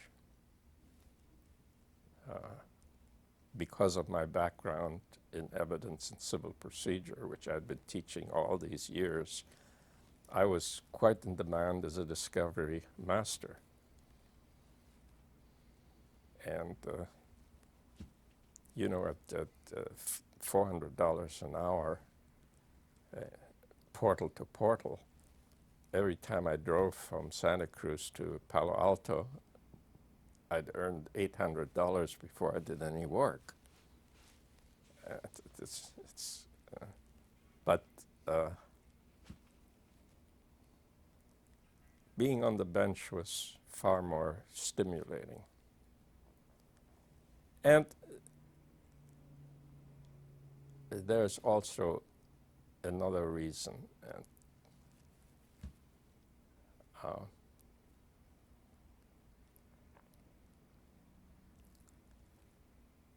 I found life much more stimulating when I worked with Pinelli and Agliano than thereafter, you know. That's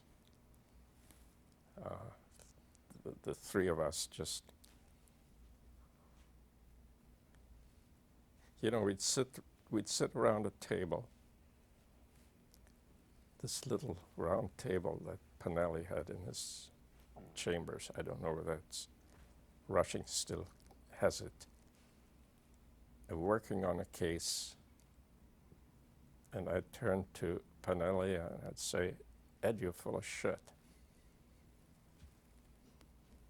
And he'd just look at me and say, "Yeah, tell me why." You know, nobody got mad at anybody else. We could say whatever we wanted to, and we'd still be good friends. Well, do you have any more questions? I got you to retirement before asking you if there are other notable cases that you'd want to be certain to mention. Or you're asking me whether there are other notable cases? Sure. I want to make sure I didn't skip over some other cases that come to mind. Hand me that. Well, while you're looking at the police map, I do remember you handling the case arising from the dismissed professor from Stanford. Oh yes, And you Franklin. That is You another. wrote a concurring opinion in that one as well. Yeah, that is, and I was thinking of that when I read about this guy Churchill in Colorado, who, as I recall,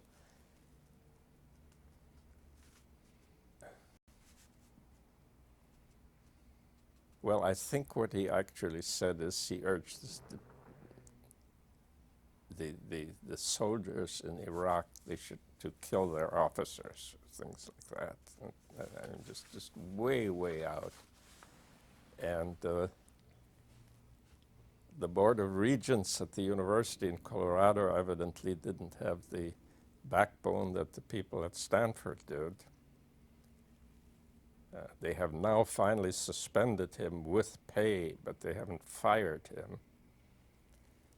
And I thought that my concurrence in Franklin should be read by them, because that's another one I'm very fond of. And some of these little quibs, you know, like the one in Khan versus... Go ahead. So you do use the word rubbish on occasion in some of those, I noticed. Yeah, and frankly, there are some people on this bench who think that my style was not sufficiently judicious or whatever it is, but it's my style. You mentioned Kyle. No, Khan. Khan, I'm sorry. Yes. In times such as these, the pursuit of excellence in our institutions of higher learning has educational and social implications of paramount importance. If we abandon the pursuit, we lose the objective.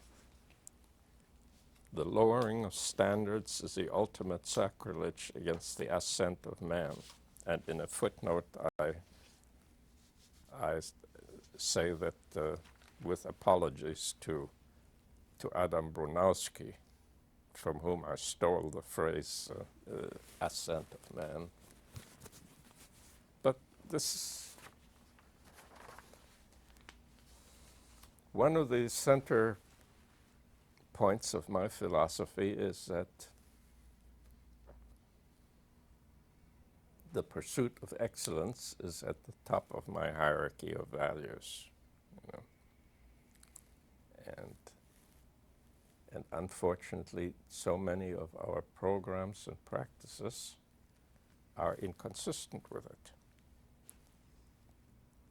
Such as, for instance, when we give a scholarship to a less qualified person because he belongs to a certain race, or what to me is the ultimate outrage on the other side of the fence, the so-called athletic scholarship, which to me is the ultimate oxymoron. I mean, resources are limited, and for every 7-foot moron who is adept at plopsing a ball into a net and gets a scholarship, there's some little girl or nerd with a big brain who doesn't.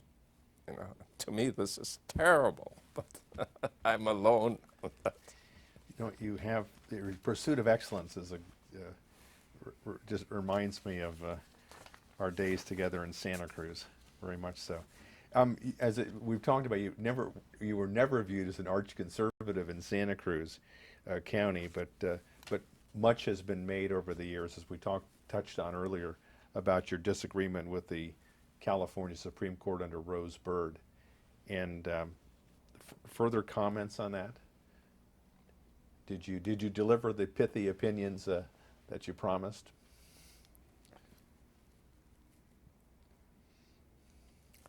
Well, there's one lovely little opinion. It's only 4 pages long, I think, which did not find its way into your folder. That's at People versus Castro. It is on my placemat.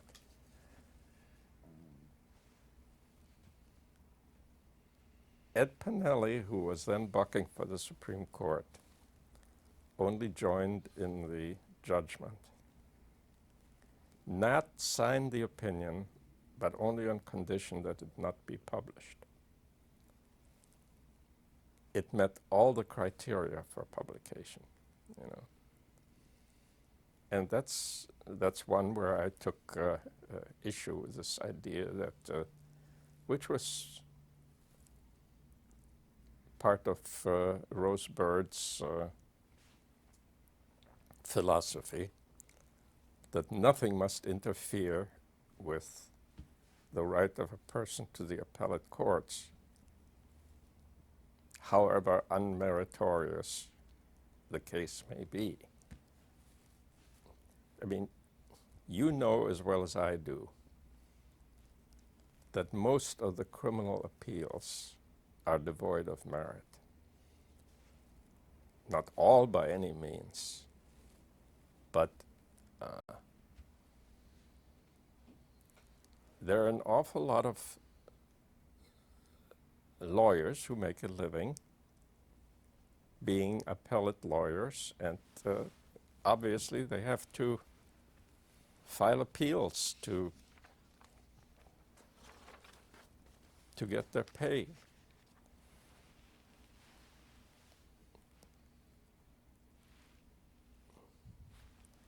But I don't, you know, in some ways I had a real grudging respect for Rose Bird. Many of her qualities I really admired. Even though she did not value those as highly as others, she was a very clear writer.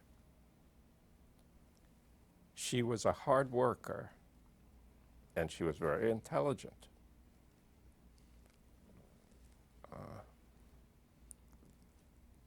Those things I admire. But she was also a very vindictive person. I was literally the only Court of Appeal justice who had never been invited to sit with the Supreme Court. She picked Muni judges and all sorts of others. But on key issues like redistricting, she made absolutely sure that the person she brought up would be on her side of the fence. And as soon as Lucas came in, Panelli pointed out to him that I had never sat with the Supreme Court. And I was immediately invited to sit on a particular case. Well, it was a great time in one's life. I haven't asked you. Oh, Sorry, I need to stop you here. okay. And Harry, we earlier touched upon the family and now in Arizona, but going back through the chronology, I want to make sure we discuss where Georgia comes into the picture and you come into her life. Well, I can tell you that. I told you I got myself transferred to Letterman Army Hospital. And she was a psychiatric social worker, civilian at Letterman. And a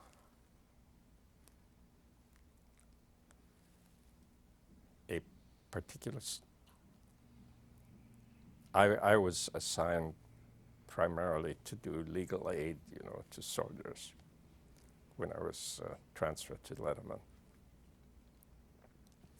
And there was a soldier who had a problem which was both in the legal sphere and in the sphere of social work.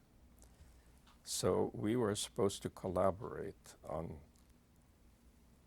a letter. And my idea of collaboration was to say, Miss Parsons, take a letter.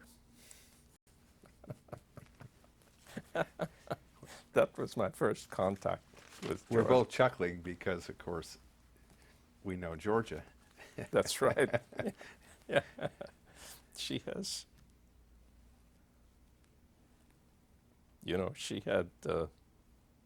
she has an older brother who's now dead, who used to beat up on her when she was a kid. And she has never taken any crap from any male since, especially not her husband. We're now married 53 years. We have one child, Holly, and now we have a lovely grandchild who's 10. And as I said at my retirement party, I've had many events in my life that were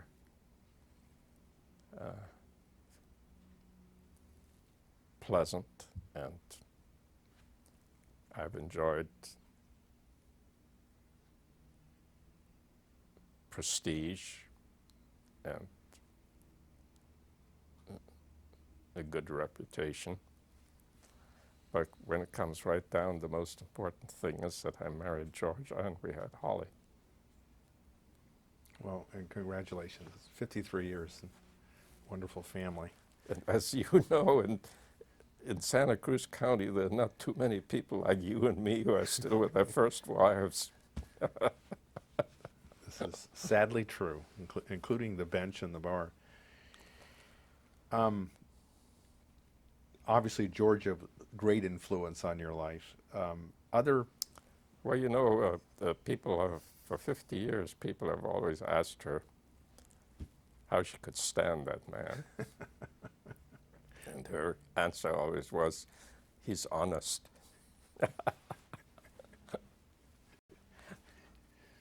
one adjective, that's a good one to choose. Other influences, legal, from the legal world or the outside of the legal world, or heroes, I can't really think of that. other than those we've discussed along the way. Of interest to many people is when somebody such as yourself you've been in the legal, you've had a legal career spanning over 50 years. Significant changes, other than some of the ones we've discussed, that you've seen over these 50 years, including shift of attitudes of the public towards the bar, towards the bench?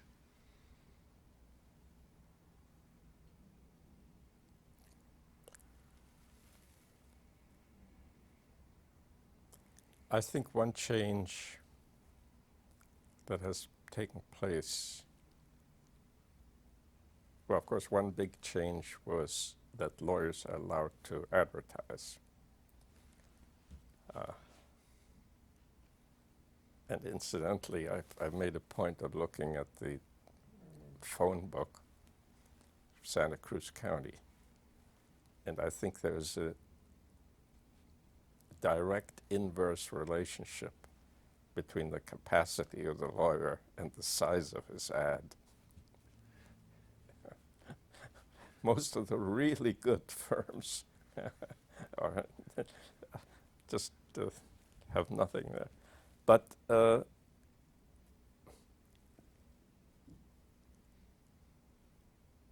has, of course, been a tremendous change which came from the top, and that is the creation of all these additional rights which have spawned a great deal more litigation. And another factor is, I think, the increased rapacity, if you want to put it that way, of the plaintiff's bar.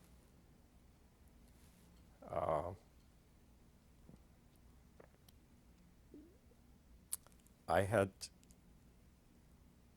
can't tell you how many cases that I came across, either as a judge or later when I was a private judge, where lawyers took dead aim at a deep pocket when that deep pocket simply was not the cause of the accident.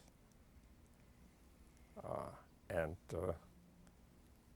I have had many, many cases where insurance companies will pay a significant sum where there is no exposure, or very, very little exposure, because you cannot predict what a jury is going to do.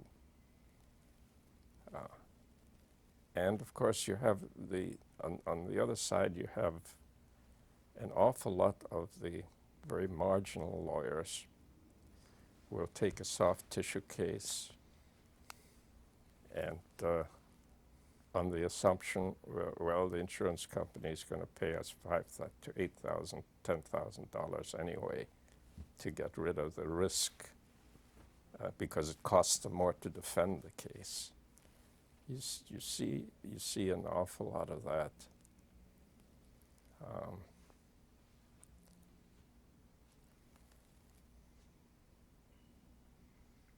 There's any changes in the public confidence in the judiciary over your career?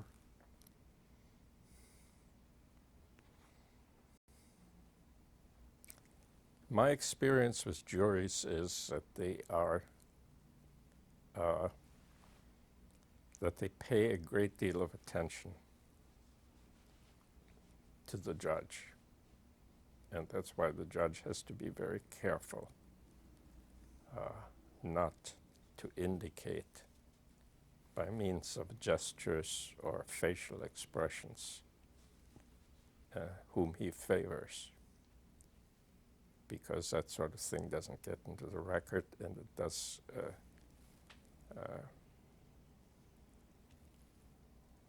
have bearing on what juries do. And I also found them in general to pay attention to the judges and to pay attention to their instructions. Of course, in most civil cases, that is in contract cases, the instructions are so abstruse that the verdicts are all over the lot. A criminal case or a personal injury case, the jury understands. And they usually come out with the right decision, O.J. Simpson notwithstanding. But in contract cases, in my experience, when I used to settle cases, if it involved a contract case, I would tell the lawyers that you cannot predict what the jury is going to come up with. At least that's been my experience. And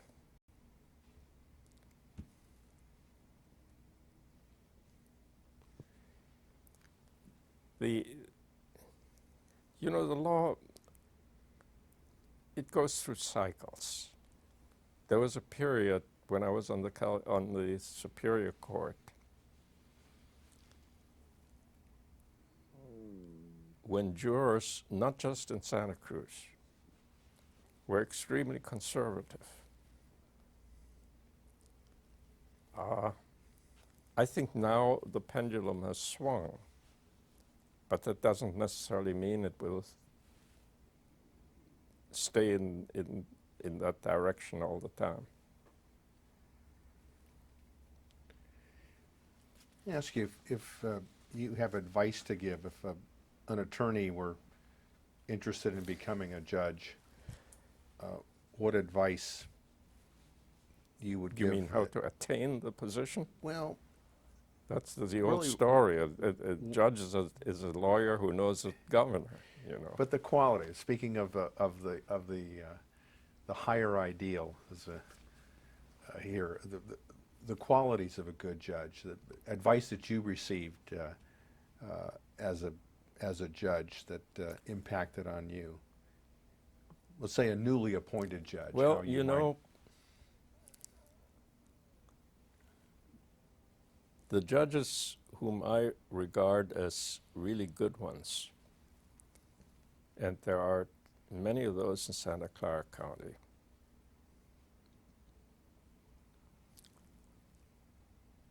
they come primarily from law firms where they had to work hard, and they did work hard, and they had to have brains to get to where they are.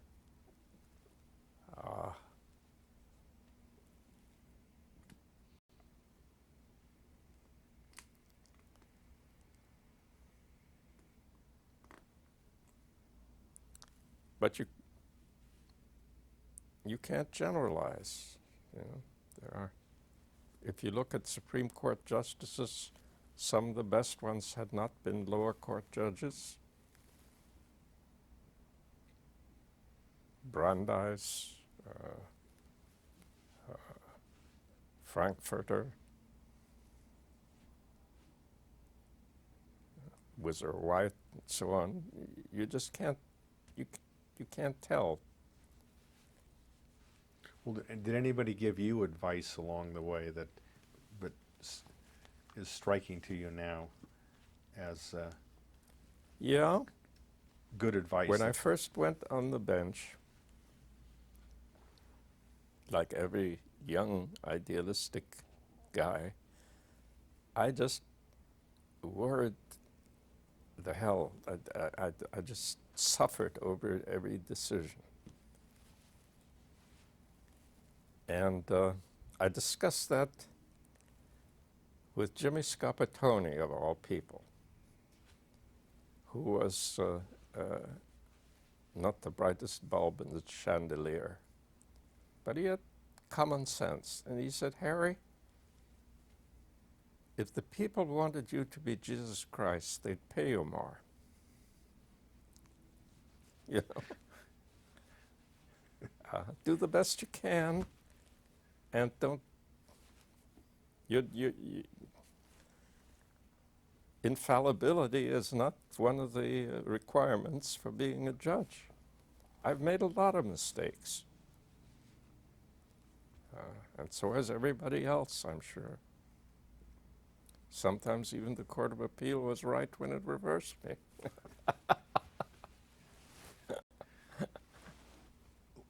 Let me literally take another path.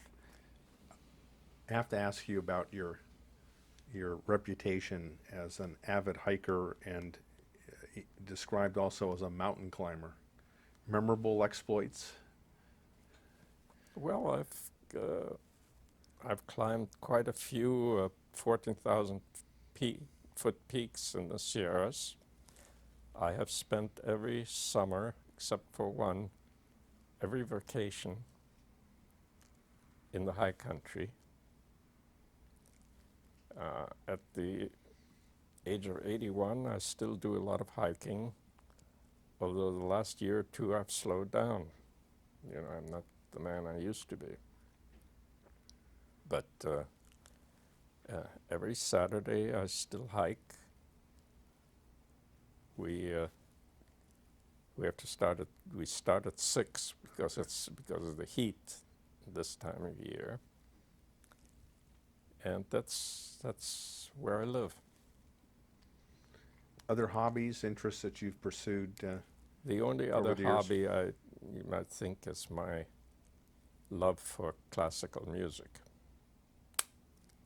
I'm a real long hair, you know, mostly chamber music, and my collection is 50% Bach, and the rest mostly Mozart, Beethoven, Brahms, and Schubert.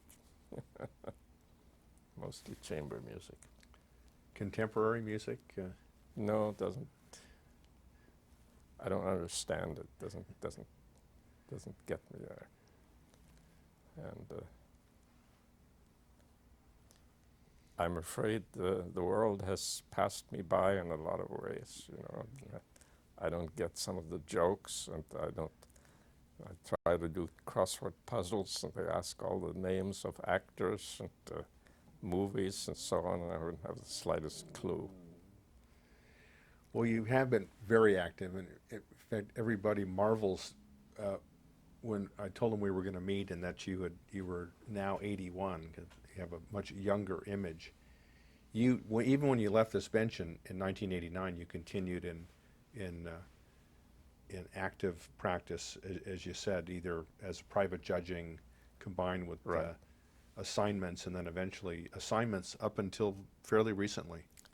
Well, I still take some assignments. The problem is that Georgia developed a very severe case of shingles in her head.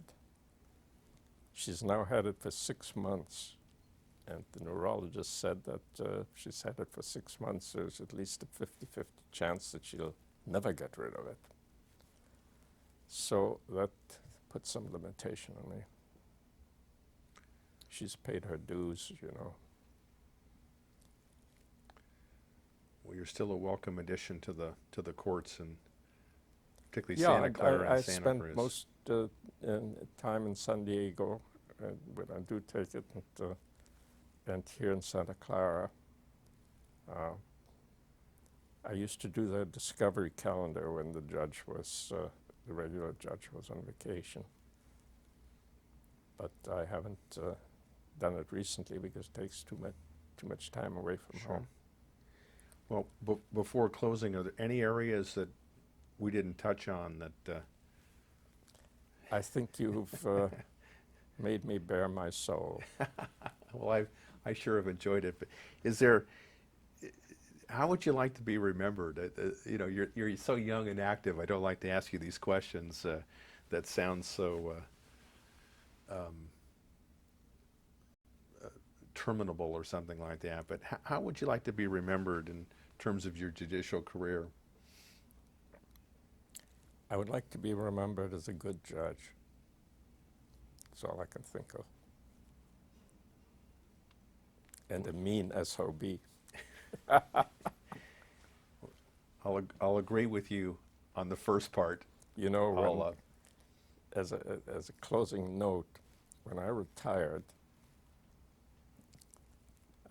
I went around all the chambers and said goodbye. And Capaccioli said to me,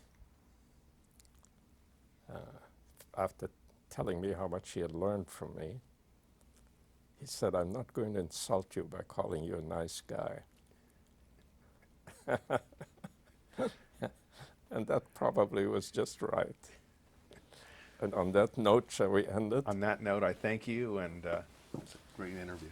Thank you. Ah.